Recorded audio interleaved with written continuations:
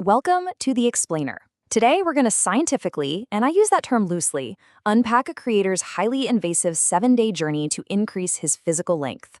We're going to analyze this deeply absurd experiment with absolute deadpan sincerity, mostly because the methodology and the psychological toll it took are just absolutely fascinating. Seriously, imagine dedicating an entire week of your life, completely modifying your diet, your workouts, your entire daily routine, all for the sake of a marginal physical enhancement. So grab your metaphorical lab coats because we're diving deep into the science, the pseudoscience, and the sheer desperation of the ultimate quest for size. Now, jumping right in, we have to look at the driving force behind this whole challenge. Why would anyone actually put themselves through this? Well, it boils down to a potent mix of widespread male insecurity and the relentless pressure of public opinion regarding, minimum physical requirements. The creator figured that before he could even attempt to solve the problem, he needed to quantify exactly what the expectations were out there in the real world. To establish a baseline hypothesis, he actually took to the streets. He conducted interviews with women, directly asking them about their strict minimum and maximum dimensional preferences. And honestly, this brilliantly illustrates the societal expectations at play here. The consensus established a pretty hard floor.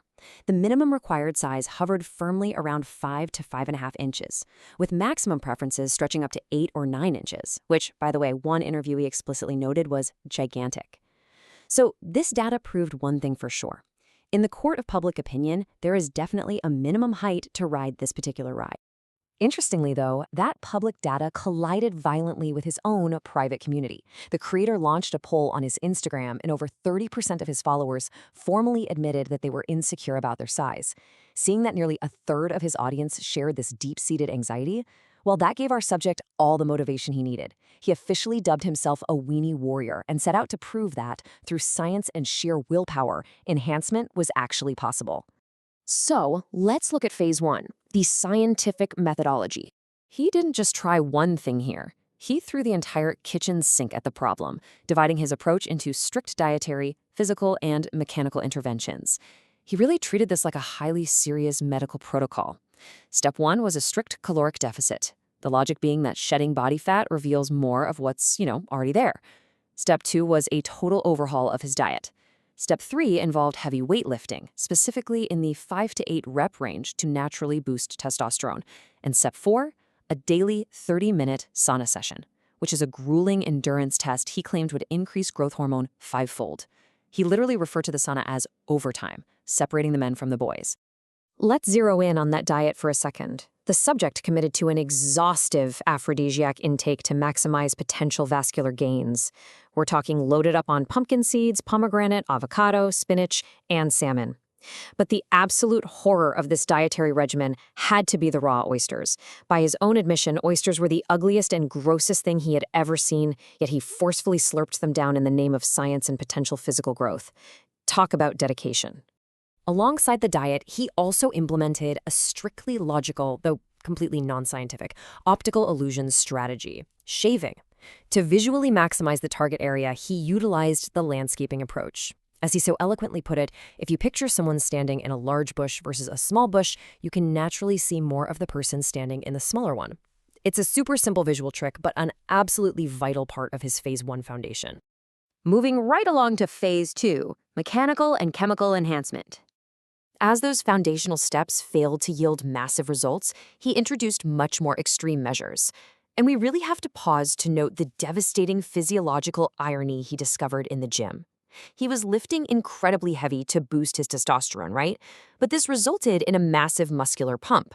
All the blood rushed directly to his arms and legs, basically starving the very area he was trying to enhance. He clinically termed this unfortunate phenomenon the baby turtle in a shell effect. The very exercise meant to help him was, in the short term, actually causing him to physically shrink.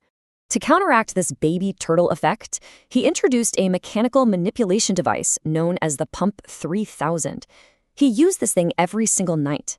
The experience was so traumatizing and inherently private that he refused to even film it for the experiment.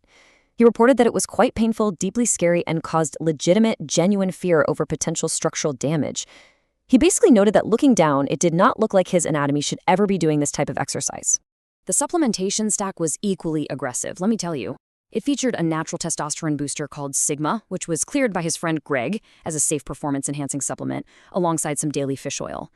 But by the end of the week, mere pills just weren't cutting it. He actually escalated to a direct intravenous drip.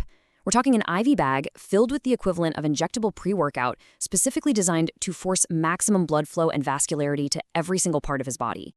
Which leads us directly into phase 3, the psychological breakdown. You just can't subject your body to painful mechanical stretching and heavy chemical supplementation without a massive mental cost. The experimental data on this timeline shows a rapid, steep mental decline. On day 1, he rolled out of bed feeling like an absolute champion, losing 3 pounds instantly and feeling highly optimistic. But by day 3, the desperation crept in. He was nervously standing outside without pants, literally sunning his nether regions based on some obscure internet studies. By day 4, frustrated by a lack of progress, he dangerously doubled his chemical supplement dose. And by day 5, the crash hit hard. He became deeply agitated, entirely unmotivated, and suffered from such severe brain fog that he literally could not speak clearly to the camera, stumbling over his words in a total haze of frustration.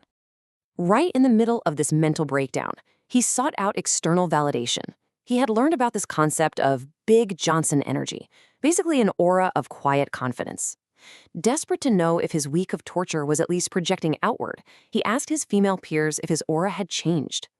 Well, he was flatly denied. They told him he absolutely did not have that energy, and even worse, that he was just acting completely off and unhappy. His internal obsession was literally ruining his external vibe. And now, the moment of truth. Phase 4, the final measurement. This brings us to day 7, the climax of the explainer. The week of aphrodisiacs, saunas, heavy lifting, mechanical pumping, and psychological torment had finally come to an end. Analyzing the physical metrics first, the daily sauna and caloric deficit actually did yield bodily results. His starting weight of 183 pounds successfully dropped to 179.5 pounds. So, from a purely scientific standpoint, this proved that the visual enhancement strategy of a caloric deficit was technically effective. By leaning out, he did marginally change the visual proportions of his body.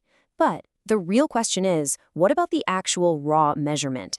Delivering the final data using an incredibly creative, family-friendly unit of measurement he called donuts, the creator revealed his final tally. After all the pain, the supplements, the raw oysters, and the brutal mental fog, he secured a highly underwhelming victory. He increased his size by roughly a quarter of a donut. Yep. For those of you doing the math at home, that is just under a quarter of an inch, a microscopic victory paid for with a full week of absolute misery. Let's get to the real takeaway. A profound realization. Pivoting from the totally absurd experimental data here, the ultimate value of this explainer isn't in that quarter of an inch gained, but actually in a psychological breakthrough. He ultimately concluded that the entire experiment was incredibly toxic and fundamentally idiotic. The obsession, the constant measuring, the crazy mood swings, it just drained his energy and made him miserable to be around. He explicitly urged his viewers to stop obsessing over physical traits that are largely uncontrollable. His realization was crystal clear. True confidence doesn't come from forcing a temporary physical pump. It comes from focusing on the real things in life. Building a career, nurturing genuine relationships, and making actual healthy gains in the gym. And this really brings us to the core lesson of the entire ordeal. It is incredibly easy to let our insecurities dictate our actions and completely drain our daily focus. So, as we wrap up this explainer, you really have to ask yourself, where are you investing your daily energy? Are you obsessing over the uncontrollable metrics? Are you building the things in life that actually yield real, measurable, and meaningful results? Keep focusing on what matters and, for everyone's sake, leave the Pump 3000 in its box.